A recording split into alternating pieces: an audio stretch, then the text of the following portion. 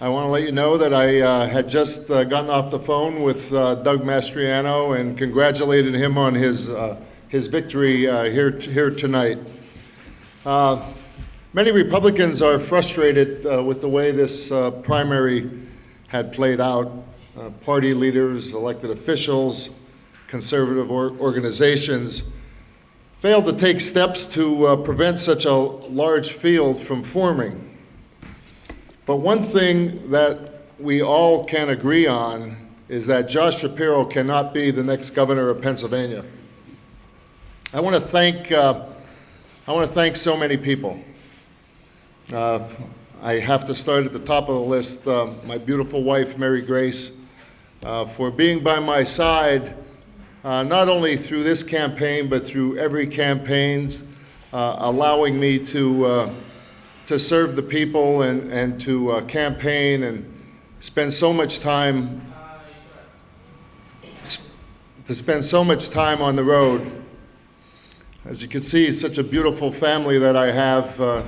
She was really the rock that kept my family together to allow me to serve. So I want to thank her right now. Thank you. Thank you. I want to thank my beautiful daughters as well. You know, so many of them ended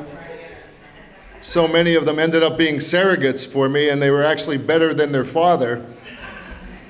But they have been such an asset. It was so nice to be able to campaign with my family. This campaign was so much different than any other campaign because we campaigned as a family. I want to thank my son-in-laws who did so much of the work, ran all over Pennsylvania with signs, did so much day and night. And obviously my beautiful grandchildren here who hold up signs so nice. Christopher here is going to be the next political star. I was doing a speech at the end of a fundraiser, and he asked me if he can speak, and I gave him the microphone, and he said, and you can take a yard sign on your way out. 5 years old. I want to thank my staff, the campaign staff that spent so much time. I'm going to start with Caroline, who did it all for me. She traveled the 33,000 miles in the Denali, the 30 times we had to put air in the tires. I think we replaced every part on that car. She kept my head on straight, and she had a baby during the time as well. So thank you, Caroline. I can't thank you enough. I want to thank Kristen, who wasn't just my fundraiser. She grew to be my best friend over the years, and it's so nice when you can work with people who are actually your friends. So thank you, Kristen. My campaign manager, Jeremy, who came up from Georgia with the Atlanta Brave hat on and never took it off. Even when we were in Philly and I told him he had to, he kept that hat on. So thank you, Jeremy. Nick Trainer, Tim Murtaugh, Bill Stepien, Justin Clark, thank you. The team, the consulting team, and the communications team that I had could not be any better. I want to thank you. I felt like we had the very best, and Tim and I got to work together while I was in Congress, and it was great to work together with him again. Mitch McHale, the best intern in Pennsylvania. Thank you, Mitch. Nobody worked harder.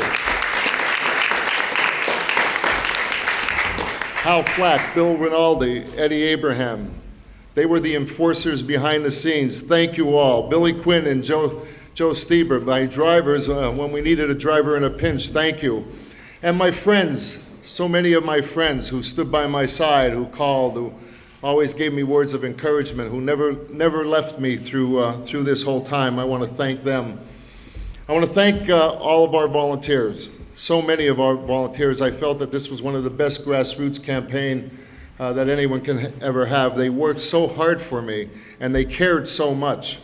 And it really meant so much that people volunteered their time, whether it was door knocking, passing out literature, working the polls, they were there. I want to thank all my donors who also gave so much. I want to thank them for believing in me in enough to share some of their money to allow me to run a campaign. It's been 1 year since I announced. And in fact, it was 1 year today. And so many people had listened while I was able to spread my message about reviving our economy. I talked about how we were going to unleash the energy, the natural resources that we had under our feet, so that businesses would come here and our children and grandchildren wouldn't have to leave Pennsylvania to find another job. They would have a better and find a better future right here. I talked about bringing integrity to our elections. People want to have faith that their elections are fair.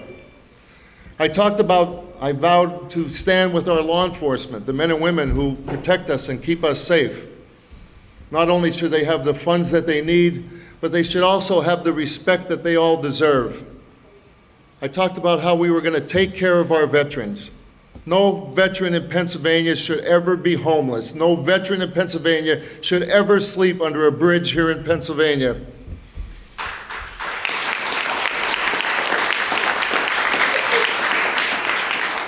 And we said how parents were going to be put back in charge of their children's education. We're going to let parents choose what schools their children should attend. And we're going to make sure that critical race theory is never taught to our children.